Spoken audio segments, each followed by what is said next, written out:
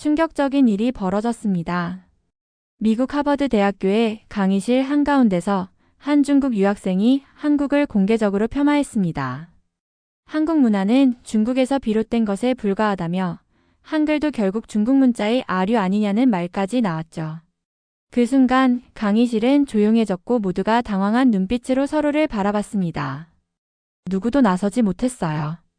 말 한마디 꺼내기 어려운 분위기 속에서 그 어떤 한국인도 외국인도 쉽게 입을 떼지 못했죠. 그때 조용히 칠판 앞에 서 있던 하버드 교수 한 명이 책을 내려놓고 천천히 고개를 들었습니다.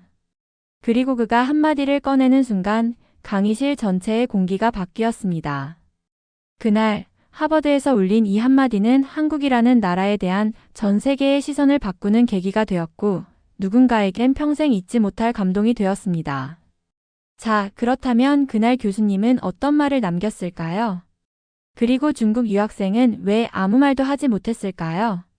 그럼 지금부터 알아보도록 하겠습니다. 잠깐만요.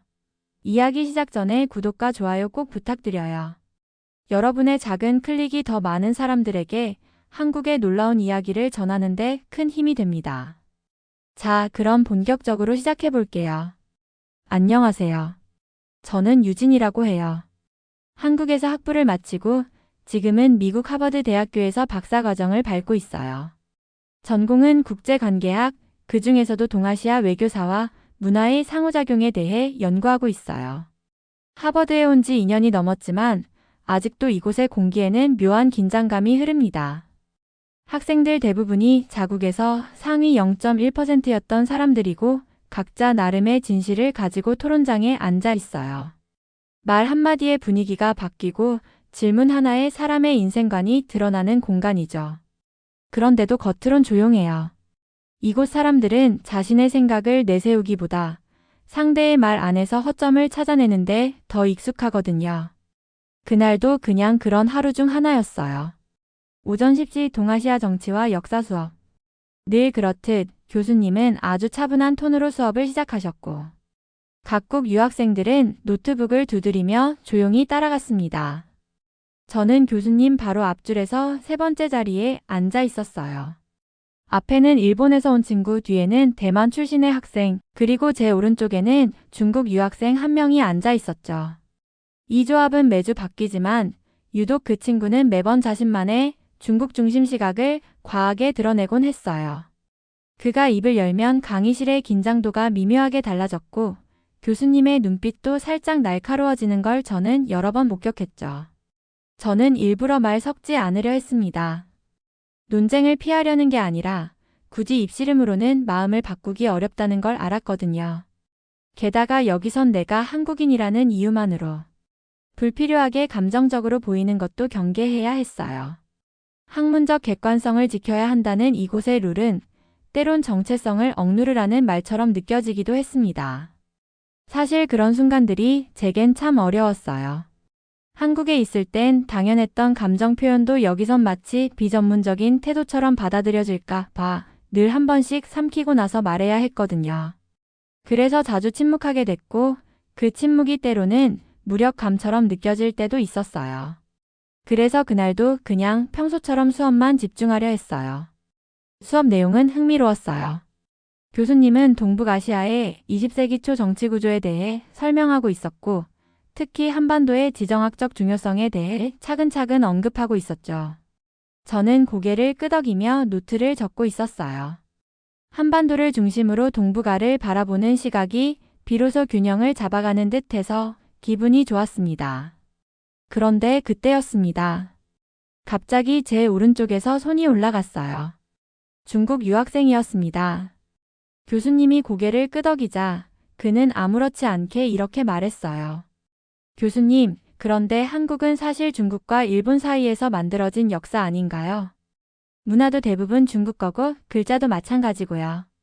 한국이라는 나라는 저는 솔직히 독자적인 문화가 있다고 보기 어렵습니다. 그 순간 제 펜이 멈췄어요. 그리고 강의실 전체의 공기가 마치 잠깐 정지된 것처럼 느껴졌어요. 그 학생은 별다른 망설임도 없이 말문을 열었어요. 목소리는 차분했고 발음도 또박또박했죠. 하지만 그 안에 담긴 의도는 명확히 느껴졌어요. 교수님, 사실 저는 동아시아 내에서 한국의 역할이 조금 과장되어 있다고 생각합니다. 순간 제 심장이 살짝 철렁 내려앉는 느낌이었어요. 그 학생은 말을 이어갔어요. 한국 문화라는 것도 결국은 중국에서 유래된 것이고 조선은 명나라와 청나라의 영향을 그대로 받아들였던 나라 아닙니까? 한글도 사실은 한자를 바탕으로 만든 걸로 알고 있어요. 창조라고 하기보단 응용에 가깝지 않나요? 그 순간 저는 노트를 덮었습니다. 볼펜을 손에 쥔 채 저도 모르게 손끝이 살짝 떨렸어요. 저건 단순한 의견이 아니었어요. 그건 명백한 폄하였고 그 어떤 설명도 없이 한국이라는 나라를 중간 결과물로만 규정해버리는 말투였어요. 강의실은 조용했어요. 정적이라기보단 뭔가를 다들 지켜보고 있는 느낌에 가까웠어요. 누구 하나 웃지도 않았고 누구 하나 눈을 마주치려 하지 않았어요. 왜 아무도 말하지 않는 걸까요? 왜 이런 말이 그저 하나의 의견으로 받아들여져야 하는 걸까요? 평소였다면 저는 아마 입을 열지 않았을 거예요. 불필요한 충돌을 만들고 싶지 않았으니까요. 하지만 그날은 달랐어요. 그 발언은 단지 한국이라는 국가에 대한 것이 아니라 제가 지금껏 자라온 배경, 문화, 언어, 역사 모든 것을 가볍게 만들어버리는 말처럼 들렸어요. 마음속 깊은 곳에서 뭔가 서서히 올라오는 느낌이 들었어요. 분노라기보단 서글픔에 가까운 감정이었어요. 우린 왜 이렇게 자주 설명해야만 할까? 왜 당연한 것을 자꾸 증명해야만 할까? 그리고 왜 이런 순간엔 늘 우리가 조용해야만 하는 걸까? 저는 입술을 깨물며 교수님을 바라봤어요. 그는 그 학생의 말을 다 들은 뒤 책상 위에 놓인 펜을 천천히 내려놓았습니다. 그리고 아주 천천히 고개를 들었어요. 표정은 여전히 담담했고 말 한마디도 없었지만 그 눈빛 안엔 분명 무언가가 있었어요. 그 짧은 정적이 오히려 모든 귀를 집중시켰어요. 그 안에는 그 누구도 쉽게 넘길 수 없는 차가운 진심 같은 게 담겨 있었어요. 그 순간 제 안에서 수없이 교차하던 감정들이 하나둘씩 정리되기 시작했어요. 참아왔던 감정들이 이제는 교수님의 말 속에 담기길 바랐어요. 내가 직접 말할 수는 없었지만 그분이 나 대신 말해주길 바랐어요. 그건 단순히 어떤 나라의 웅호가 아니었어요. 한국을 지켜주세요 같은 마음이 아니라 지금 이 자리에서 누군가가 옳은 걸 말해줬으면 하는 간절함이었어요. 강의실 곳곳에서 아무도 움직이지 않았고 마치 그 말 한마디가 모두의 다음 숨결을 정해줄 것 같은 분위기였어요. 주변 친구들의 손도 멈춰 있었고 키보드 소리도 더 이상 들리지 않았어요. 정말 오랜만에 시간이 멈춘 느낌을 받았어요. 하지만 제 심장은 계속 두근두근 뛰고 있었어요. 그 어떤 시험보다도 그 어떤 발표보다도 더 긴장되는 순간이었어요. 이제 정말 중요한 순간이 시작되려 하고 있었어요. 그 발언은 교수님은 잠시 말을 멈췄습니다. 그 짧은 정적이 오히려 모든 귀를 집중시켰어요. 학문이 아닙니다. 그건 편견이며 정확한 역사 인식이 결여된 주장입니다. 그 순간 강의실 공기가 바뀌는 게 느껴졌어요. 차가웠던 공기가 조용히 흔들리며 누구도 쉽게 숨소리조차 내지 못할 만큼의 침묵이 흘렀어요. 한국은 단지 동아시아의 변두리에서 탄생한 존재가 아닙니다. 중국과 일본 사이에서 길을 잃은 나라도 아니고요. 그들은 수백 년 동안 자신의 정체성을 지켜왔고 그 누구보다도 독립적인 철학과 문화, 언어를 창조해낸 민족입니다. 중국 유학생은 시선을 피한 채 자신의 노트북 화면만 바라보고 있었어요. 하지만 교수님은 시선을 돌리지 않았어요. 그는 조용히 그러나 단호하게 말했습니다. 한글은 아류가 아닙니다. 그건 인류 역사상 가장 과학적인 문자 중 하나입니다. 문맹률을 거의 제로에 가깝게 만든 언어는 역사적으로 극히 드뭅니다. 그리고 그 언어를 15세기에 만든 나라는 지금의 한국밖에 없습니다. 제 등줄기에서 전율이 흘렀어요. 그 순간 저는 그냥 학생이 아니라 대한민국이라는 이름을 지닌 사람으로서 가슴 깊이 울림을 느꼈습니다. 누군가를 설명할 때 자신의 잣대로만 해석한다면 그건 학문이 아닙니다. 그건 오만입니다. 학문은 타인의 문화를 이해하려는 태도에서 시작합니다. 무시하는 것에서 시작하지 않습니다. 교수님의 목소리는 단 한 번도 높아지지 않았지만 그 말 한마디 한마디는 누군가의 가슴을 뚫고 들어가는 창 같았어요. 누군가는 눈을 감고 있었고, 누군가는 조용히 고개를 끄덕이고 있었고, 누군가는 아무 말 없이 저처럼 숨을 참으며 듣고 있었을 거예요. 그리고 그때 교수님은 책상 위에 놓인 펜을 집어들고 이렇게 말했습니다. 1413년 조선의 왕세자 이도는 백성을 위한 이상적인 정치와 교육에 깊은 관심을 보였습니다. 이후 왕위에 오른 그는 훈민정음을 창제해 모든 백성이 쉽게 글을 읽을 수 있게 만들었습니다. 지배층이 아닌 모든 사람을 위해 문자를 만든 지도자는 역사상 거의 존재하지 않습니다. 그게 바로 한국이 가진 본질이고 그 정신이 오늘날에도 이어지고 있다는 사실이 저는 늘 인상 깊었습니다. 그는 단순히 정보를 말하는 것이 아니라 그 나라의 진짜 가치를 꺼내 보여주고 있었어요. 한국이라는 단어를 입에 올릴 때마다 그는 전혀 과장되지 않은 담백한 존경의 어조를 띄었어요. 그리고 마지막으로 강의실을 바라보며 조용히 말했어요. 나는 한국을 연구해왔습니다. 그리고 연구할수록 존경하게 되었습니다. 그 말에 저는 가슴이 뜨거워졌어요. 그건 단순한 칭찬이 아니라 한 나라의 존재를 오롯이 바라본 사람이 할 수 있는 정직한 고백 같았어요. 그날 교수님의 말은 누구보다 품이 있었고, 누구보다 지적이었고, 누구보다 강력했습니다. 그리고 그 순간 한국을 비하했던 그 말들은 허공 속으로 사라졌고 그 자리에 남은 건 진실과 품격이었습니다. 그날 강의가 끝난 뒤 강의실은 평소보다 더 조용히 정리됐어요. 누구도 별말 없이 노트북을 닫고 가방을 메고 서로 눈을 마주치지 않은 채 조용히 흩어졌어요. 저는 자리에서 쉽게 일어나지 못했어요. 그냥 앉은 채로 교수님의 책상 쪽을 멍하니 바라봤어요. 그분은 강의가 끝났음에도 자리를 뜨지 않고 그 자리에서 조용히 책을 정리하고 있었어요. 몇 초간 망설였지만 결국 저는 자리에서 일어났고 조심스레 교수님께 다가갔어요. 교수님. 제 목소리는 생각보다 작게 나왔어요.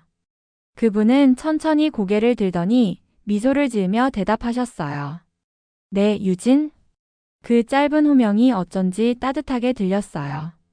저는 잠시 머뭇거리다가 이렇게 말했어요. 오늘 정말 감사했습니다. 어떤 말보다도 교수님의 말씀이 저한테는 큰 의미였어요. 교수님은 잠시 제 얼굴을 바라보시더니 고개를 천천히 끄덕이셨어요. 유진. 나는 한국을 특별하게 여겨왔어요. 그 목소리엔 자랑도 과장도 없었어요. 그냥 오랜 시간 무언가를 깊이 바라봐온 사람의 조용한 확신이 담겨 있었어요.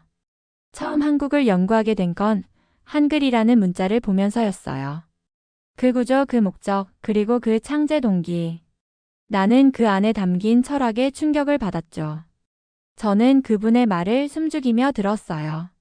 마치 어떤 오래된 이야기를 듣는 것처럼 너무 조용하고 너무 진심이 느껴졌거든요. 학문을 한다는 건 사실 이해하려는 태도를 유지하는 일이에요. 그런데 많은 사람들이 틀리다고 말하려고 학문을 해요. 나는 그게 늘 안타까웠어요. 그분의 눈빛은 유독 깊어 보였어요. 그리고 저는 그 순간 이분이 왜 이 자리까지 올라올 수 있었는지를 조금은 알 것 같았어요. 유진, 내가 느낀 감정은 당연한 거예요. 하지만 그 감정을 조용히 품고 듣는 태도, 그게 바로 한국이 가진 힘이라고 생각해요. 그 말을 들으니 갑자기 울컥했어요. 사실 한국인으로서 해외에 나와 있다는 건 생각보다 자주 자존심이 꺾이는 일이 많아요. 내가 아닌 누군가가 내 문화를 평가하고 그 평가를 무력하게 바라만 봐야 할 때도 있었거든요. 하지만 그날 그 강의실에서 누군가가 나 대신 너무도 정확하고 품위 있게 말해줬어요. 그건 단지 한국을 감싸준 말이 아니라 진실이 가진 힘이 얼마나 따뜻하고 단단할 수 있는지를 보여주는 말이었어요. 그날 이후로 저는 교수님을 다시 보게 됐어요. 단지 뛰어난 학자가 아니라 진짜로 깊은 사람이라고 느껴졌거든요. 그리고 그날 교수님의 말은 그 이후로도 제 삶에 오래 남게 됩니다. 언제든 자존감이 흔들릴 때마다 그날의 한마디가 제 마음을 다잡아주곤 해요. 그날 이후 저는 자주 그 장면을 떠올리게 됐어요.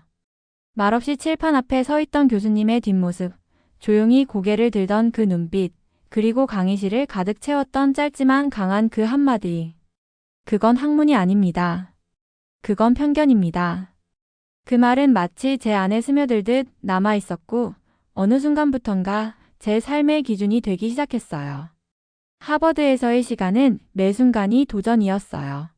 언제나 나보다 더 똑똑하고 더 자신감 있는 사람들이 있었고 나는 늘 설명해야 하는 사람이었어요. 내가 어디서 왔는지, 왜 이런 시각을 갖고 있는지, 내 관점이 왜 가치 있는지를 끊임없이 증명해야 했거든요. 하지만 교수님의 그 한마디는 설명해야만 존중받는다는 저의 오래된 믿음을 깨뜨렸어요. 그건 누군가의 말에 반박하는 논리가 아니라 존중을 기반으로 시작된 진짜 지식이었어요. 그 이후로 저는 조금씩 바뀌기 시작했어요.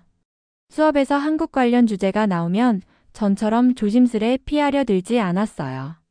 그저 정보 제공자처럼 말하던 예전과 달리 저는 당당히 경험자로서 이야기하기 시작했어요. 한 번은 수업 중에 어떤 학생이 한국은 K-팝 말고는 문화적으로 뭐가 있죠? 라고 묻자 저는 그에게 조용히 말했어요. 한 나라의 문화를 이야기할 때 당장의 유행만 보지 말고 그 뿌리를 보세요. 그 뿌리가 얼마나 단단한지 알게 되면 지금의 결과도 다시 보이게 될 거예요. 그 말에 수업은 잠시 조용해졌고 교수님은 제 쪽을 향해 아주 작게 하지만 확실하게 고개를 끄덕여 주셨어요. 그 짧은 반응 하나가 제게 얼마나 큰 힘이 됐는지 몰라요. 그날 이후로 저는 한국이라는 나라를 대할 때마다 이제는 설명보다는 이야기로 전하려고 노력해요. 누군가를 설득하려는 태도 대신 그저 내 안의 진심을 꺼내 보여주는 방식으로요. 그리고 이상하게도 그때부터 사람들의 반응도 조금씩 달라졌어요. 설명할수록 멀어지던 시선이 이제는 오히려 더 가까이 다가오는 느낌이었어요. 그건 아마도 교수님의 말이 제 안의 태도를 바꿔줬기 때문인 것 같아요. 자기 문화를 지키는 방법은 그걸 억지로 주장하는 게 아니라 그 안에 담긴 존엄을 이해하는 것부터 시작해야 한다는 걸 저는 그분을 통해 배운 거예요. 그래서 지금도 가끔 그 강의실을 지나칠 때면 조용히 속으로 다시 읊조립니다. 한국은 모방이 아닌 창조의 민족입니다. 그 한마디가 제가 외국에서 버틸 수 있는 가장 든든한 뿌리가 되었어요. 시간이 꽤 흘렀어요. 그날의 수업은 이미 오래전 일이 되었지만 신기하게도 그 장면은 지금도 선명하게 남아있어요. 하버드의 낡은 강의실, 책을 내려놓던 교수님의 손, 조용하지만 단단했던 그 목소리. 그건 학문이 아닙니다. 그건 편견입니다. 그 말은 지금까지도 제 안에 살아있어요. 힘들고 버거운 순간이 올 때마다 마치 나지막이 제 마음속에서 다시 들리는 것 같아요. 한국인이라는 사실이 누군가에겐 설명이 필요한 조건이 될 때 그 말이 저를 다시 일으켜 세워줘요. 굳이 소리치지 않아도 굳이 증명하지 않아도 된다는 걸 그날 저는 처음 알게 됐어요. 그 말 이후로 나는 왜 늘 누군가에게 증명하듯 이야기했을까? 자주 생각했어요. 그땐 몰랐지만 아마 제 안에도 스스로를 작게 만들고 있던 무언의 방어 기제가 있었던 것 같아요. 괜히 자극하지 말자, 괜히 나서지 말자, 괜히 한국인이라는 걸 드러내지 말자. 그렇게 스스로를 조용히 눌러왔던 시간이 생각보다 길었더라고요. 하지만 교수님의 그 말이 제 안에 그런 벽들을 하나씩 깨기 시작했어요. 이젠 예전처럼 움츠러들지 않아요. 누군가 한국에 대해 물어오면 저는 당당하게 말해요. 그건 제 이야기이기도 해요. 부끄러워서가 아니라 그만큼 사랑하고 알고 싶어서 그렇게 말하는 거예요. 한 번은 기숙사 엘리베이터에서 어떤 미국인 친구가 우연히 물어봤어요. 유진, 너희 나라는 왜 그렇게 예의를 중시해? 전 웃으면서 말했죠. 우린 예의가 아니라 서로에 대한 배려를 중요하게 생각해. 그게 우리에게는 가장 자연스러운 방식이야. 그 친구는 고개를 끄덕이며 그게 진짜 멋진 문화다라고 말해줬고 저는 그 짧은 순간에 왜인지 모르게 아주 따뜻한 위로를 받은 것 같았어요. 그날 이후 저는 한국에 대해 말할 때 이제는 설명이 아니라 이야기를 꺼내요. 통계나 역사적 자료가 아니라 제가 직접 느낀 장면들, 그 따뜻함과 단단함이 묻어난 순간들을 말해요. 누군가는 그날 교수님의 말을 그냥 지적 대응 정도로 기억할지도 몰라요. 하지만 제게는 달랐어요. 그건 단지 논리의 승리가 아니었고 어떤 국가를 옹호하기 위한 일침도 아니었어요. 그건 인간에 대한 존중이었어요. 그리고 한국이라는 나라의 깊이에 대해 누군가가 진심으로 이해하고 있었다는 사실은 생각보다 더 큰 감동이었어요. 그게 저를 바꾸기 시작했어요. 그날 이후로는 한국이라는 나라가 조금 더 자랑스럽게 느껴졌어요. 단지 내가 태어난 곳이어서가 아니라 이렇게 오랫동안 조용히 자기만의 가치를 지켜온 나라라는 걸 이제는 알게 되었으니까요. 그리고 지금도 그 말은 제 안에 살아있어요. 때로는 의심이 들고 때로는 외로워질 때마다 그날의 그 목소리가 다시 떠올라요. 그건 학문이 아닙니다. 그건 편견입니다. 그 말은 누군가를 무너뜨리는 말이 아니었어요. 그건 누군가를 일으켜 세우는 말이었어요. 그리고 그 말은 지금도 누군가의 마음을 다시 어프라이트, 곧게 세워주고 있는 말일 거예요. 가끔은 정말 너무 억울했어요. 내가 얼마나 소중한 문화를 가진 사람인지 알면서도 그걸 설명해야만 인정받는 현실이 너무 서글펐거든요. 그런데 그날 누군가가 나 대신 말해줬어요. 그건 단지 나를 위한 말이 아니라 한국이라는 이름을 지켜주는 품격 있는 외침이었어요. 그 순간 세상이 조금은 따뜻해 보였고 나도 더 이상 작아지지 않아도 된다고 느꼈어요. 이제 저는 압니다. 소리치지 않아도 진심은 반드시 닿는다는 걸요. 그리고 그 말은 오늘도 제 삶의 중심에 조용히 남아 저를 다시 바로 세워주고 있어요. 여러분은 이에 대해 어떻게 생각하시나요? 여러분의 의견을 댓글로 남겨주세요. 영상이 유익했다면 좋아요와 구독 잊지 마시고요. 알림 설정도 해두시면 앞으로 더 재미있는 이야기로 찾아뵐게요. 오늘 하루도 행복하시고 다음 영상에서 만나요.